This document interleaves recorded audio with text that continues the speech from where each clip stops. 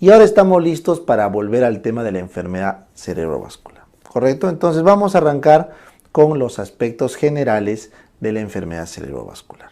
¿Ya? Entonces la enfermedad cerebrovascular afecta al 70% de los viejitos mayores a 70, o mejor dicho, el 70% de las enfermedades cerebrovasculares se presentan en mayores de 70 años. Ese es el dato.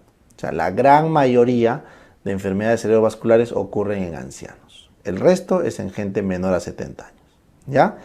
La prevalencia de la enfermedad es alta. La prevalencia de la enfermedad es más del 10% de la población en la mayoría de países.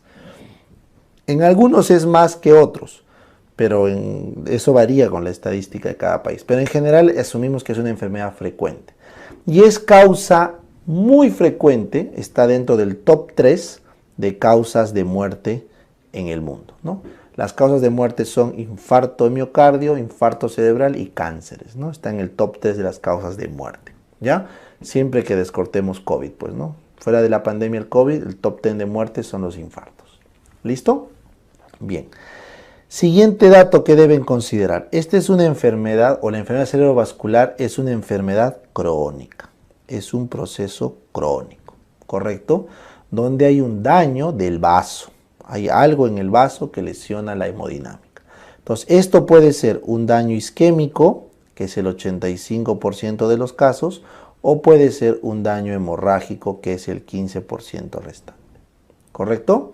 Bien, entonces, esa es la estadística de la distribución de la enfermedad cerebrovascular. ¿Ya? Muy bien. Factores de riesgo. Entonces, los factores de riesgo van a depender.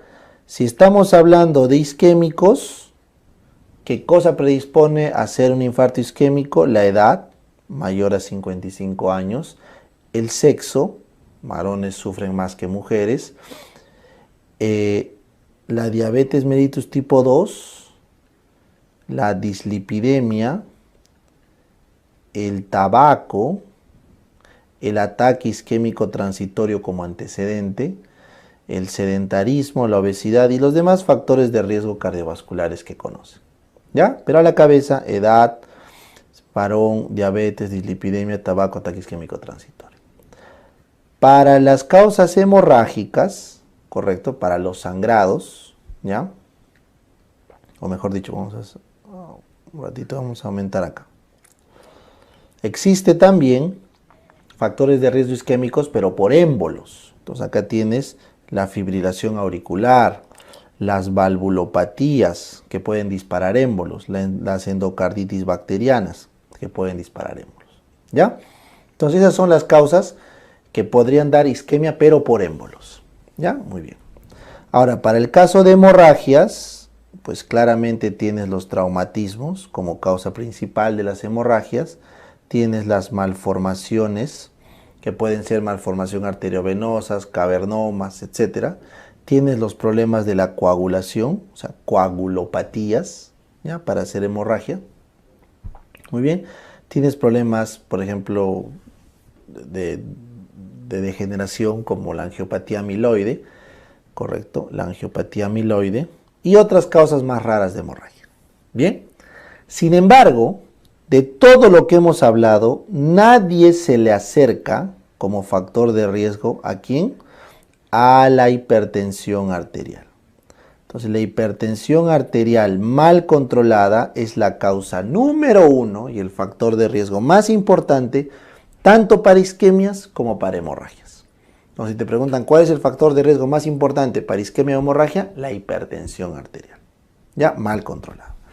Si tú te controlas tu presión arterial, puedes prevenir un infarto o una enfermedad cerebrovascular hasta en el 75% de los casos. O sea, te protege en un 75% de un infarto el que trates tu presión arterial. No así de un infarto de corazón. Cuando tú te tratas bien tu presión arterial, tu infarto de miocardio solo se reduce un 50%, pero tu infarto cerebral se reduce 75%. ¿Ya? Bien. Entonces, dicho eso, vamos a hablar ahora de los tipos de enfermedad cerebrovascular. Entonces, nosotros estamos frente a una enfermedad cerebrovascular cuando encontramos la clínica de ictus. ¿Qué es el ictus? El ictus es un déficit neuronal característico de un territorio cerebral producto de la hipoperfusión. Entonces, si un grupo de neuronas deja de funcionar, su manifestación clínica se llama ictus. Y por lo tanto puede ser una manifestación motora, sensitiva, autonómica, psiquiátrica, sensorial o simplemente puede no dar clínica, pero igual se está infartando. Entonces el ictus es la manifestación clínica de un déficit neuronal por hipoperfusión. Entonces eso se resume en la palabra focalización. Toda focalización, que es un evento neuronal específico, pero no convulsiva, o sea, no cuentan las convulsiones, se llaman ictus. Las focalizaciones no convulsivas se llaman ictus, ¿correcto? Ya. Entonces, si tengo un ictus, probablemente ese ictus se deba a una enfermedad cerebrovascular de fondo. Entonces, ahí tenemos los dos tipos. El ictus isquémico, que representa el 85%, y el ictus hemorrágico, que es el 15%.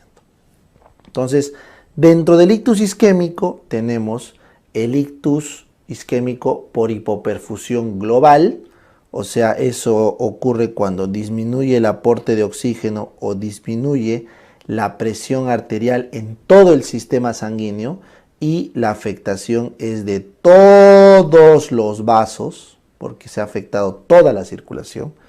Eso ocurre cuando el paciente está en shock, por ejemplo, ¿ya? O tienes el isquémico focal, que es cuando se afecta un territorio de circulación terminal. Entonces, si se afecta un territorio de circulación terminal, entonces va a haber un isquémico focal. Y dentro de este isquémico focal tenemos una subclasificación, el TIA y el infarto. El TIA se llama así porque es un ataque isquémico transitorio, sería AIT en español, pero acá está en inglés, TIA. Entonces, este ataque isquémico transitorio es porque la obstrucción es reversible clínicamente. O sea, había una obstrucción, ha generado clínica, pero puede revertirse clínicamente sin dejar secuela. O sea, no ha habido muerte celular. En cambio, el infarto es una obstrucción con daño irreversible porque ha habido muerte de tejido. Y la única forma de decir que ha habido muerte de tejido es porque en la resonancia o en la tomografía se evidencia la lesión. O sea, para decir que ha habido infarto tiene que haber una imagen positiva de infarto. ¿Ya? No se olviden que en el corazón yo puedo medir troponinas para ver si ha habido infarto. En el cerebro no hay troponinas. Entonces en el cerebro tienes que verlo como una imagen. ¿Listo? Bien. Ahora, ¿cuáles son las causas? Estos infartos, ojo, los TIAs son los antecesores del infarto, por si acaso. Los TIAs predicen, te avisan que va a venir un infarto. Más adelante vamos a ver más detalle. Entonces, estos infartos tienen numerosas causas fisiopatológicas. Entonces, ¿cuáles son? Un aterotrombo. ¿Qué quiere decir? Que primero se forma una placa de ateroma, ahí lo tienes, una placa de ateroma, por todos los factores de riesgo que hemos nombrado acá. Y luego esa placa de ateroma se rompe y encima de ella se forma un trombo. Se forma un trombo y ese trombo obstruye. Entonces el aterotrombo es la causa más frecuente, número 1, de infarto isquémico. ¿Ya? Luego tienes el embólico. El embólico significa que se ha formado un émbolo distal, lejano al lugar de la lesión. Y ese émbolo cuando llega tapa el vaso. Entonces sobre un vaso sano llega un émbolo. Entonces si el origen del émbolo es el corazón se llamará cardioembólico. Si el origen del émbolo es otra arteria se llamará arterioembólico. ¿Cuál es la arteria que más dispara émbolos? La carótida, en la bifurcación. ¿Y cuál es la cámara cardíaca que más dispara émbolos? La aurícula izquierda. ¿Correcto? Bien. Ahora existe un tercer tipo que es el infarto lacunar. Es aquel cuya lesión es de menos de 1.5 centímetros. pero son lesiones múltiples, que se añaden a lo largo de los años. O sea, múltiples lugares del cerebro se infartan, pequeñitos, y a lo largo de los años se van añadiendo. Pero terminan dando clínica porque sus infartos son estratégicos. Entonces hacen hemiparesias, hacen problemas sensitivos puros, hacen síndrome disartria mano torpe, hacen síndrome sensitivo motor puro o mixto, perdón. O sea, son infartos estratégicos que a lo largo de la vida se van añadiendo, son focalizaciones que se van añadiendo, y eso es típico de personas hipertensas. Personas hipertensas mal controladas hacen infartos lacunares también. Ojo, este infarto lacunar puede representar hasta el 20% de los ictus isquémicos, así que no es poco frecuente. Y es también causante de las demencias multiinfarto. ¿Ya? Bien. Luego tenemos de causa inhabitual. La causa inhabitual son problemas, por ejemplo, hematológicos, como SAF, problemas oncológicos, por ejemplo, síndromes paraneoplásicos, o problemas de repente degenerativos diferentes a los de arriba. Entonces, las causas inhabituales pueden ser por trombocitosis, por síndrome antifosfolipídico, por lupus, por sífilis, la sífilis da infartos, por paraneoplásicos, etcétera, etcétera. Entonces, hay varias causas inhabituales de infarto. Y luego tienes el indeterminado. El indeterminado es porque a pesar de los estudios no has llegado a identificar la causa del infarto isquémico. ¿Listo? Entonces, para fines de la teoría, vamos a seguir desarrollando más adelante los isquémicos, tanto aterotrombóticos como cardioembólicos. ¿Ya? Bien. Ahora, ¿qué pasa si es que no es un ictus isquémico? Bueno, pues estoy frente a un ictus hemorrágico, que es el otro 15%. ¿Y por qué es tan importante esta definición, esta separación? Porque cuando yo tengo un ictus isquémico, lo vamos conversando de una buena vez, si yo tengo un ictus isquémico por una obstrucción, entonces el tratamiento es trombolizar. El tratamiento es trombólisis. Porque yo tengo un trombo que quiero romper. ¿Me entiendes? En cambio, si yo tengo una hemorragia, yo no puedo hacer trombólisis porque empeoraría la clínica. Entonces, es muy importante saber si el ictus es isquémico o hemorrágico, porque mientras acá la trombólisis es terapéutica y te puede salvar la vida, acá la trombólisis simplemente te mata. Y ese error es muy crítico. Por eso, absolutamente todo ictus debe ir con una tomografía sin contraste para diferenciar si es isquémico o hemorrágico. La tomografía sale positiva para hemorragia cuando hay extravasación de sangre, porque el hierro refleja los rayos X. Y la tomografía sale negativa para sangre cuando es isquémico. ¿Ya? Después puede aparecer un signo de isquemia, que es una hipodensidad. Pero la hiperdensidad, que es eso blanco, la hiperdensidad, eso es la sangre y eso solo ocurre en los hemorrágicos. ¿Está bien? Entonces, si ya estás seguro que es un hemorrágico, la hemorragia puede ser en el espacio subaracnoideo. La hemorragia subaracnoidea es cuando la sangre está en el espacio subaracnoideo. La hemorragia intraventricular es cuando la sangre está dentro de los ventrículos. ¿Ya? Y esto suele ocurrir en recién nacidos de extremado bajo peso al nacer o extremadamente prematuros. Y la hemorragia intracerebral es cuando el sangrado está dentro del parénquima. O sea, está dentro de la masa encefálica. ¿Ya? Entonces, de todas estas tres, la más frecuente de todas las hemorragias es la hemorragia intracerebral. La más frecuente. ¿Ya? Y esa hemorragia intracerebral, a su vez, el lugar número 1 de afectación, es acá.